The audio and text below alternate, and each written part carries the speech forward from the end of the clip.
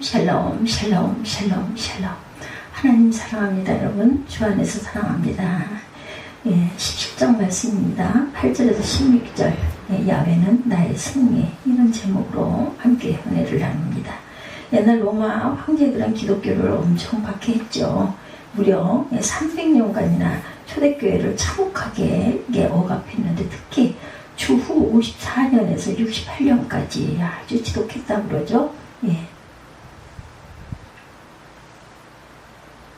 14년 정도네요. 로마 제국을 통치하는 5대 황제 네로의 박해, 상상을 초월하고, 또 그 네로 이야기상 어린 날부터 아주 무서운 사람이었다고 기억이 되어 있습니다.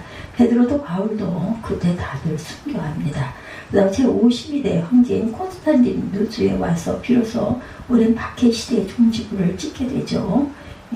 그렇다면 콘스탄티누스는 어떻게 해서 기독교를 용인하고 받아들였을까? 기적과 같은 그런 사건이죠. 312년 콘스탄틴 황제가 로마 인근 티베르 강가에서 반역자인 막센티우스와 최후 결전을 벌이는데, 오히려 콘스탄틴 황제 쪽이 전력상 열세에 있었다고 합니다. 그때 상황은 당시에 유명한 역사가였던 유세비우스가 콘스탄틴 황제로부터 직접 들은 얘기를 기록으로 남겨놨는데, 내용은 이랬다고 그래요. 형제는 석양이 질 무렵 하늘에서 빛나는 십자가 현상을 보았다. 그리고 그 십자가에는 이것으로 싸우라는 글귀가 적혀 있었다. 황제는 그날 밤 그 신비한 사건의 의미에 대해서 골똘히 생각했다. 잠이 들었는데 꿈속에서 그리스도가 나타나 낮에 본 십자가의 형상을 다시 그에게 건네며 저거 싸울 때 이걸 사용하라 하셨다. 이튿날 황제는 그 십자가의 형상을 모든 기술들의 깃발에 새겨 넣게 하고 전투에 나섰는데, 결국은 전세가 완전히 역전이 되어 황제의 군대가 대승을 거뒀다고 그러죠.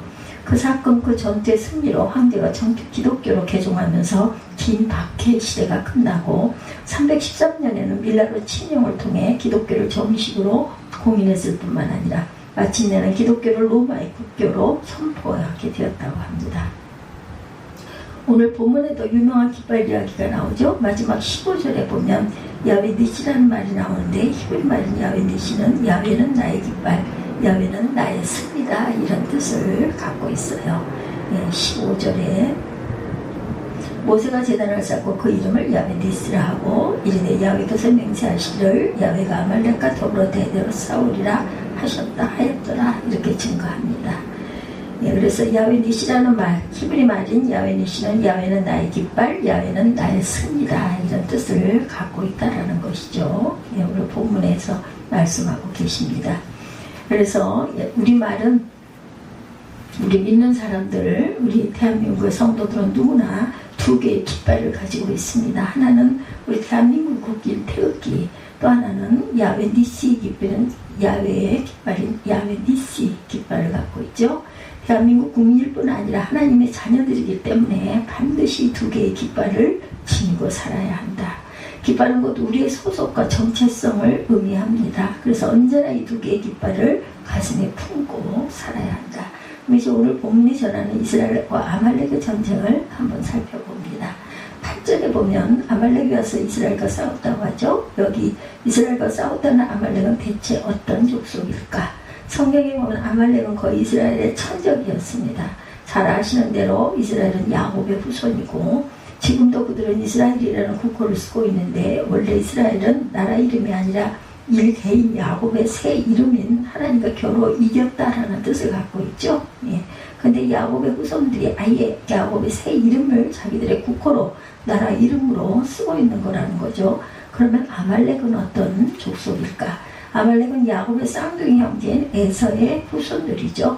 야곱이 장자권을 빼앗을 때 형 에서가 바로 아말렉의 원조가 됩니다. 창세기 36장 12절에 에서의 아들 엘리바스의 첫 뒷나는 아말렉을 엘리바스에게 낳으니라고 돼 있어요. 에서의 아들 엘리바스의 첩이 낳은 에서의 손자가 바로 아말렉이고, 그 후손들이 바로 아말렉 족속입니다.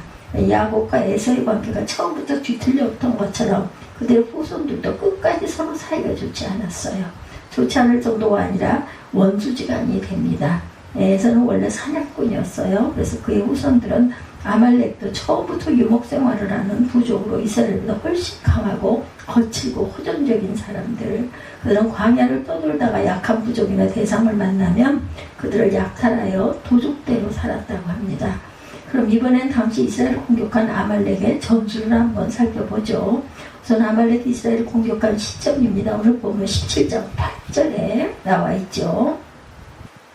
그때 아말렉이 와서 이스라엘과 르비딤에서 싸우니라. 모세가 여호수아에게 이르되 우리를 위하여 사람들을 택하여 나가 아말렉과 싸우라. 내일 내가 하나님의 지팡이를 손에 잡고 산꼭대기에 서리라.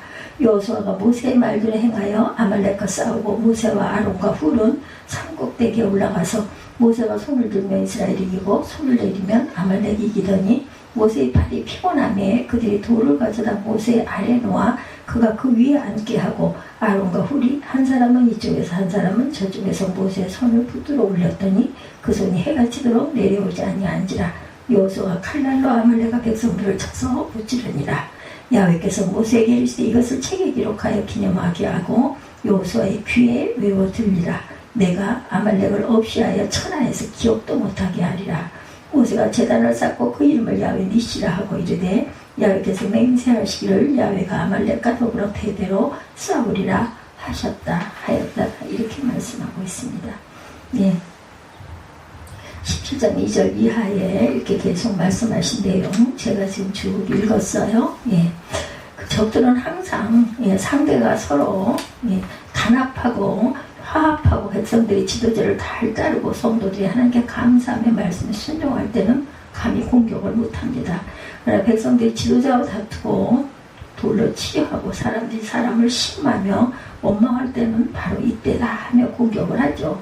그 이유는 그때 바로 그 집단 공동체를 무너뜨리고 정복하기에 가장 이상적인 순간이기 때문이다.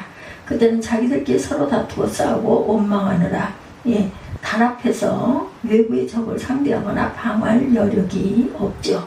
이스라엘도 보면 목마르다고 모세에게 대들고 원망하고 하나님을 시험하다가 그 비하는 돌로 모세를 치려고 하는 험악한 사태까지 벌어지는데 그때 교활한 아말렉의 총공격을 감행하게 되죠.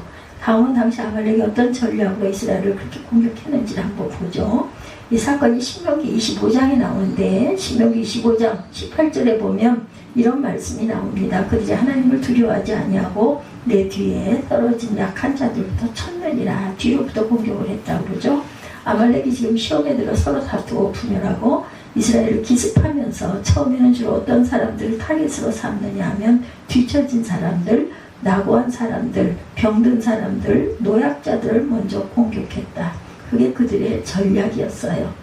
마귀는 귀신이죠. 보면 알죠. 지금 누가 병들었는지, 지금 누가 자꾸 뒤처지는지, 지금 누가 시험에 들어 하나님을 원망하고 모세에게 돌을 던지려 하는지, 누가 졸고 누가 깊은 잠에 떨어졌는지, 그래서 그런 사람들을 우선적으로 공격합니다. 베드로 사도가 뭐라 그래요? 베드로전서 5장 8절 이하에 보면 근신하라 깨어라 여기 대적마귀가 우는 사자처럼 두루다니며 삼킬 자를 찾나니 너희는 믿음을 굳게 하여 저를 대적하라.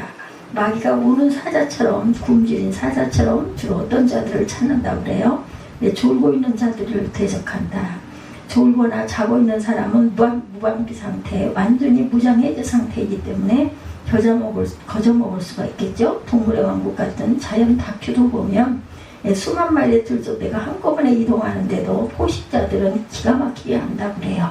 지금 어느 놈이 병들었고 상처를 입었는지 정확히 그런 먹잇감을 타겟으로 삼는다고 그래요. 문제가 있거나 약하거나 아픈 그런 먹이를 공격을 한다는 거죠. 그래서 성공할 확률이 그만큼 높다는 거죠. 약육강식 적자 생존의 자연계뿐 아니라 영계도 그와 똑같다는 거. 지금 아말렉을 보면 서로 다투고 원망하고 싸우느라 깊은 시험에 빠져있는 이스라엘을 공격하면서 가장 악한 부분부터 칩니다. 뒤처지지 말고 우리가 안일하게 생각하고 졸지 말아야 한다. 코로나 때도 마찬가지였었죠. 우리 통과할 때 얼마나 힘들었어요. 그러죠? 근데 항상 긴장하고 그 대신 또 용기 있게 두려워하거나 겁내지 말고 할 것은 또 열심히들 하고 왔어요. 지금까지 여전히 근신하고 깨어 있어야 한다. 필요만큼 꼭 긴장해야 한다. 올해도 졸면 자면 가차없이 마귀의 밥이 된다라는 거. 예, 시험에 들어 나고 하면 여지없이 포악한 아말렉의 타깃이 된다라는 거. 그럼 이번에 그런 아말렉을 이스라엘은 또 어떻게 상대하고 어떻게 맞서 싸웠는지를 봅니다. 예, 당시 이스라엘은 군대라는 것도 없었고 애굽에서 400년간 종살이하다가 서둘러 탈출한 모압지족인데 무슨 아말렉 전사들과 맞붙을 태세가 되어 있겠습니까? 그럼에도 당장 눈앞에 닥친 아말렉은 상대하지 않으면 안 되는 절박한 상황이었기 때문에 모세가 장정들을 모아서 군대를 급조하고 젊은 여호수아로 하여금 그 진두에 서게 합니다. 그리고 자신은 어떻게 했어요? 본문 9절에 모세가 여호수아에게 이르되 우리를 위하여 나가 아말렉과 싸우라. 내일 내가 하나님의 지팡이를 손에 잡고 산꼭대기에 서리라. 그리고 이어지는 10절에도 여호수아는 나가서 아말렉과 싸우고 모세는 아론과 훌을 데리고 산꼭대기에 올라가서 하나님께 기도했다. 어떻게 기도를 했겠어요? 이 대목이 바로 오늘 우리에게 대단히 중요한 부분. 예나 지금이나 기도에는 여기 이 모세의 기도에 나온 두 가지 전제 조건이 꼭 필요합니다. 먼저 하나님의 지팡이를 붙잡는 것, 내가 하나님의 지팡이를 손에 잡고 이렇게 나오죠. 이것은 내가 하나님의 능력, 하나님의 권능의 지팡이에 전적으로 필사적으로 매달리겠다라는 뜻이죠. 모세는 지금까지 하나님의 지팡이로 온갖 기적을 다 행했습니다. 바로왕 앞에 10가지 재앙을 연출했고 홍해를 가르기도 했고 반석을 쳐서 생수가 터지기도 했습니다. 세상에서 하나님의 능력, 하나님의 권능의 지팡이로 이루지 못할 일은 아무것도 없었다. 하나님의 지팡이로 물리치지 못할 적은 아무도 없었어요. 따라서 기도에 임하는 사람은 무조건 하나님의 지팡이를 필사적으로 붙잡아야 되겠다. 애꿎은 소나무를 붙잡고 흔들 게 아니라 하나님의 권능을 붙잡고 늘어져야 합니다. 그리고 또 어떻게 했다고 그래? 두 손을 들었다.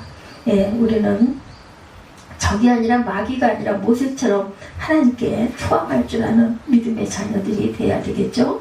하나님께 항복해야 합니다. 서로 다투고 불순종하고 원망하고 시험에 들었던 죄를 회개하고 온전히 하나님 앞에 두 손을 두고 항복해야 할 줄 믿어요. 그래야 비로소 하나님의 우리를 대신해서 적과 싸우신다라는 것. 14절 하반절 내가 아말렉을 없이하여 천하에서 기억도 못하게 하리라. 16절에도 야훼께서 맹세하시기를 내가 아말렉으로 더불어 대대로 싸우리라. 우리가 야훼 능력을 믿고 야훼께 전적으로 의지하면 또 야훼 앞에 두 손을 두고 온전히 항복하고 투항하면 야훼가 우리의 당대뿐 아니라 대대로 우리 대신 아말렉과 싸워주신다. 그러니 내가 하나님께 항복하면 적이 내게 항복하지만 내가 하나님께 항복하지 않으면 결국은 나와 내 자녀, 내 후손들이 다 적에게 항복할 수밖에 없다라는 거예요. 예, 그게 사실인지 아닌지 당시 정황을 보면 11절 이하에 모세가 손을 들면 이스라엘이 이기고 손을 내리면 아말렉이 이기더니 모세의 팔이 피곤함에 그들이 돌을 가져다 모세 아래에 놓고 그가 그 위에 앉게 하고 아론과 훌이 한 사람은 이쪽에서 한 사람은 저쪽에서 모세의 손을 붙들어 올렸더니 그 손이 해가 지도록 내려오지 아니한지라. 여호수아가 칼날로 아말렉과 그 백성을 쳐서 무찌르니라. 예, 일전에 나가 싸운 사람은 어디까지나 여호수아였어요. 그 싸움의 승패는 여호수아 군대의 권력이나 전술에 있지 않고 오직 높은 산에 올라가 기도하는 모세에게 달려있다. 모세가 손을 들고 기도하면 이스라엘이 이기고 모세가 피곤해 손을 내리며 기도를 쉬면 이스라엘이 졌다. 이렇게 증거하죠. 이 원리 영적인 법칙을 꼭 기억하고 아무리 젊은 사람들이 뽑아 전쟁에 대응했다 해도 군대만 믿으면 안 된다라는 거죠. 전쟁에서 이기고 지는 것은 군대에 달린 게 아니라 배후에서 기도하는 모세에게 달려있다. 얼마나 하나님의 능력에 의지하여 항복하는 자세로 기도하느냐에 달려있습니다. 예, 자식들이 진학을 준비하고 취업이나 결혼이나 사업을 할 때도 성공과 실패는 오직 배후에서 기도하는 부모님들에게 달렸다는 것 잊지 마십시다. 승패는 부모가 얼마나 필사적으로 하나님의 지팡이를 붙잡고 있는지, 얼마나 믿음으로 주님만을 의지하는지, 두 손을 높이 들고 하나님께 항복하느냐에 달려있다는 것. 우리가 사투를 벌이고 있는 이러한 그 세계전쟁, 또한 북한과의 대치, 또 지나간 코로나19, 온 나라 온 국민이 처절하게 싸움에 고군분투하고 절대 그것만으로는 안 된다는 것을 우리가 알았습니다. 이 싸움의 승패도 우리 믿는 자들이 얼마나 두 손 들고 기도하느냐에 달려있다는 것. 적어도 믿는 사람들은 그 사실을 절대로 부정하거나 외면해서는 안 되겠다. 모세가 손을 들면 이스라엘이 이기고 모세가 손을 내리면 이스라엘이 패했다는 그런 이야기가, 우리 열심히 기도하면서 싸우면서 반드시 우리가 열심히 매달리면 이기지만, 기도하지 않고 하나님의 권능의 지팡이를 의지하지 않고 오직 내 힘, 내 능력, 그런 그 약 이런 데만 의지하면 그런 전쟁에서 실패할 수밖에 없다라는 거. 부디 오늘 이 말씀에 아말렉과의 전쟁, 세상과의 전쟁, 코로나로 지나간 코로나의 전쟁, 그것을 우리가 그 흔적을 보면서 우리에게 큰 승리를 안겨주신 하나님의 복된 메시지가 되시기를 전심으로 축복합니다. 출애굽기 17장 8절에서 16절, 야훼는 나의 승리, 이런 제목으로 함께 은혜를 나눴습니다. 기도하시겠습니다. 아버지 감사합니다. 출애굽기 17장 말씀들을 통해서 야훼만 의지하고 우리가 전적으로 기도할 때 하나님께서 기적의 역사도 일으키신다라는 것을 깨달았습니다. 항상 아버지만 바라보며 의지하고 굳센 믿음을 가지고 좌우로 흔들리지 않는 믿음의 자녀들 다 되게 하시고, 오늘도 더위 가운데 하나님께서 지켜주시기를 간절히 간구하고 거룩하고 존귀한 예수 그리스도 이름 받들어 감사하며 기도드렸사옵나이다.